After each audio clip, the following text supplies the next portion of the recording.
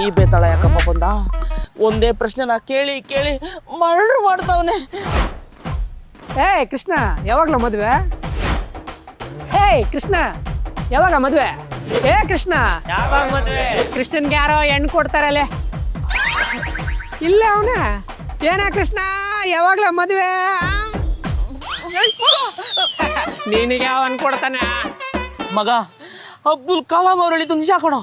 ಯಾವ್ದು ನೀನು ಮಲಗಿದ್ದಾಗ ಬೀಳುತ್ತೋ ಅದು ಕನ್ಸಲ್ಲ, ಯಾವ್ದು ನಿನ್ನ ಮಲಗಕ್ ಬಿಡಲ್ವೋ ಅದು ನಿಜವಾದ ಕನ್ಸು ಅಂತ. ನಿಜ ಮಗ, ನಿಜ. ಈ ವಯಸ್ಸಲ್ಲಿ ಜೊತೆಲಿ ಮಲ್ಗಕ್ಕೆ ಯಾರು ಸಿಕ್ಕಿಲ್ಲ ಅಂದ್ರೆ ಈ ತರ ಆಲೋಚನೆ ಬರೋದು ಸಹಜ ಮಗ. ನನಗೆ ಗೊತ್ತು ಮದುವೆ ಆಗದೇ ನೀನ್ ದೊಡ್ಡ ಕನ್ಸು ಅಂತ. ಮಗ ಮಗ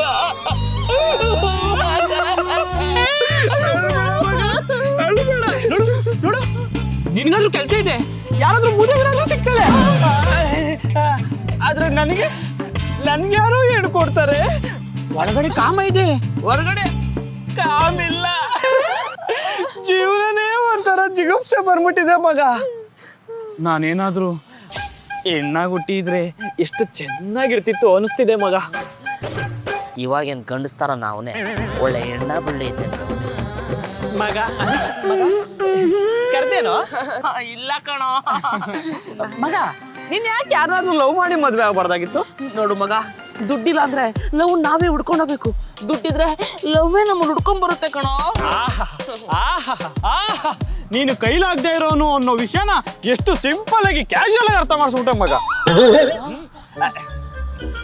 ಮಗ, ನಾನೊಂದು ದೃಢ ನಿರ್ಧಾರಕ್ಕೆ ಬಂದಿದ್ದೀನಿ ಕಣ. ನಿರ್ಧಾರನ? ಏನೋ? ಕೊನೆಗೆ ನಿನಗೂ ಹೆಣ್ಣು ಸಿಗ್ಲಿಲ್ಲ, ನನಗೂ ಹೆಣ್ಣು ಸಿಗ್ಲಿಲ್ಲ ಅಂದ್ರೆ ಒಂದು ದಾರಿ ಇದೆ ಕಣ. ದಾರಿನೋ? ಏನ್ ದಾರಿನೋ? ಮಗ, ನೀನು ಹೆಣ್ಣಾಗತ್ತಾರ ಆಪರೇಷನ್ ಮಾಡಿಸ್ಕೊಂಬಿಡು, ಅದೆಷ್ಟೇ ಬಿಲ್ ಆಗ್ತೀನಿ ನಾನು ಕೊಡ್ತೀನಿ. ನಾನು ನಿನ್ನ ಮದುವೆಯಾಗಿ ಬಾಳು ಕೊಡ್ತೀನಿ ಮಗ. ನಾನು ನಿನ್ನ ಮಲ್ಗೆ ಹೂ ಥರ ಚೆನ್ನಾಗಿ ನೋಡ್ಕೊತೀನೋ. ಅಯ್ಯ, ನೀನ್ ಮಲ್ಗಾಗ ನಾನು ಶಾವಂತಿಕೆಲೆ.